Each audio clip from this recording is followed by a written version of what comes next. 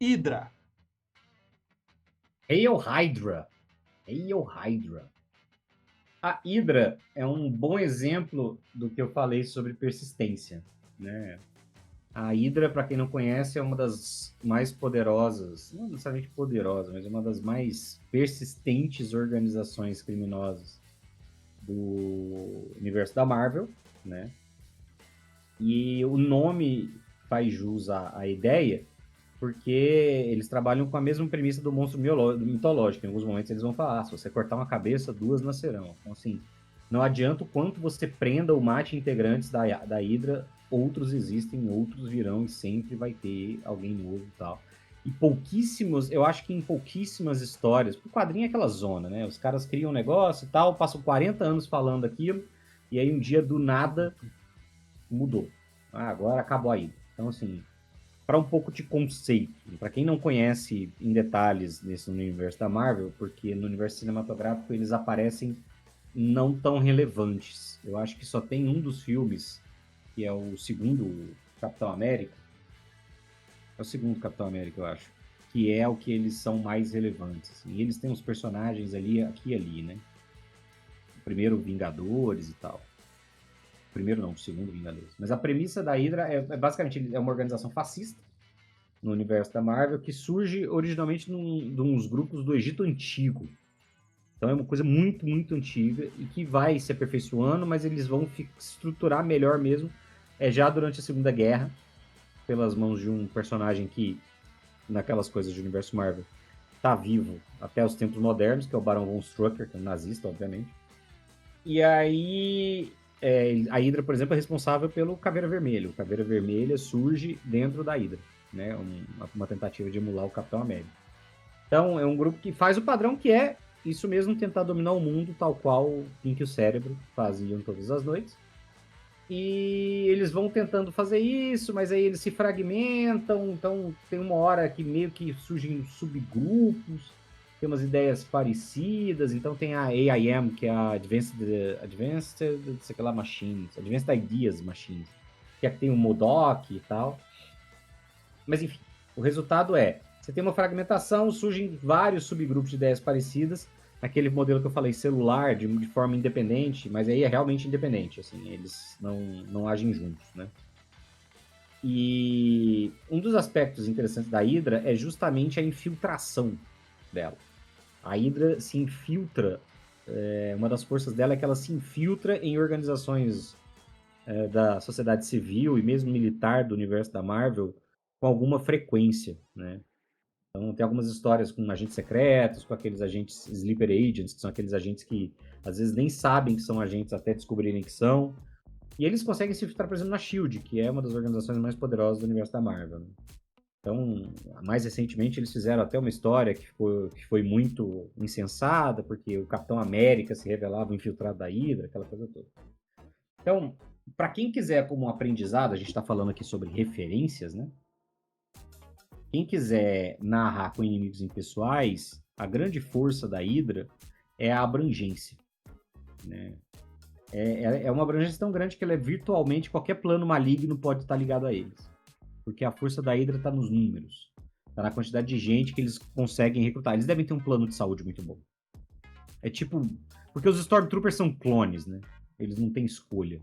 Mas a Hydra não, é tipo, os caras, sei lá, eles vão no RH, eles fazem entrevista de emprego para trabalhar numa organização secreta, fascista, maligna.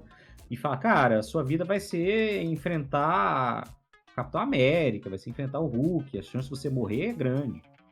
De vez em quando, algum dos nossos oficiais aqui vai dar uma de doidinho e vai usar vocês como massa de manobra para fazer experimentos, enfim. Então, não é, o RH deles deve ser muito bom para conseguir recrutar. Mas é uma galera que fica espalhada pelo mundo, que tem conhecimentos, eles conseguem recrutar uma galera com conhecimento, com capacidade, com equipamentos para atuar em áreas militares, de magia. Os caras têm uma vasta gama de áreas de atuação. Então, se você, por exemplo, quiser criar algo equivalente no seu cenário de fantasia medieval, você poderia pensar por uma guilda de ladrões, né? Está espalhada pelas grandes cidades, que tem diferentes interesses, tem níveis de infiltração variados dos governos locais, e mesmo em escolas de magia. Né? No universo da Federação, eu criei os Olhos das Fal, que é isso, que é uma organização, um sindicato de ladrões que surge em Hirden, que é a cidade dos Halflings, mas que se espalha e que está virtualmente representado, tem integrantes estruturados e organizados em todas as grandes cidades da federação. E eles agem, e aí os interesses, por mais que existam alguns interesses centralizados, os caras têm espaço e autonomia para buscar interesses locais que ajudem de alguma maneira nisso. E aí a grande questão passa a ser a ideologia ou o que motiva esses caras. Né? Quando você faz um sindicato dos ladrões, por exemplo, você está falando de uma galera que quer grana, basicamente. Dificilmente eles vão criar algo além disso. Mas a Hydra não. A Hydra tem uma ideologia clara, precisa, de dominar o mundo. O rolezinho fascista padrão mesmo. Se você gosta de quadrinhos, eu recomendo. Tem várias histórias boas com os personagens da Hydra. Com as histórias da Hydra, que são bem boas, eu recomendo bastante.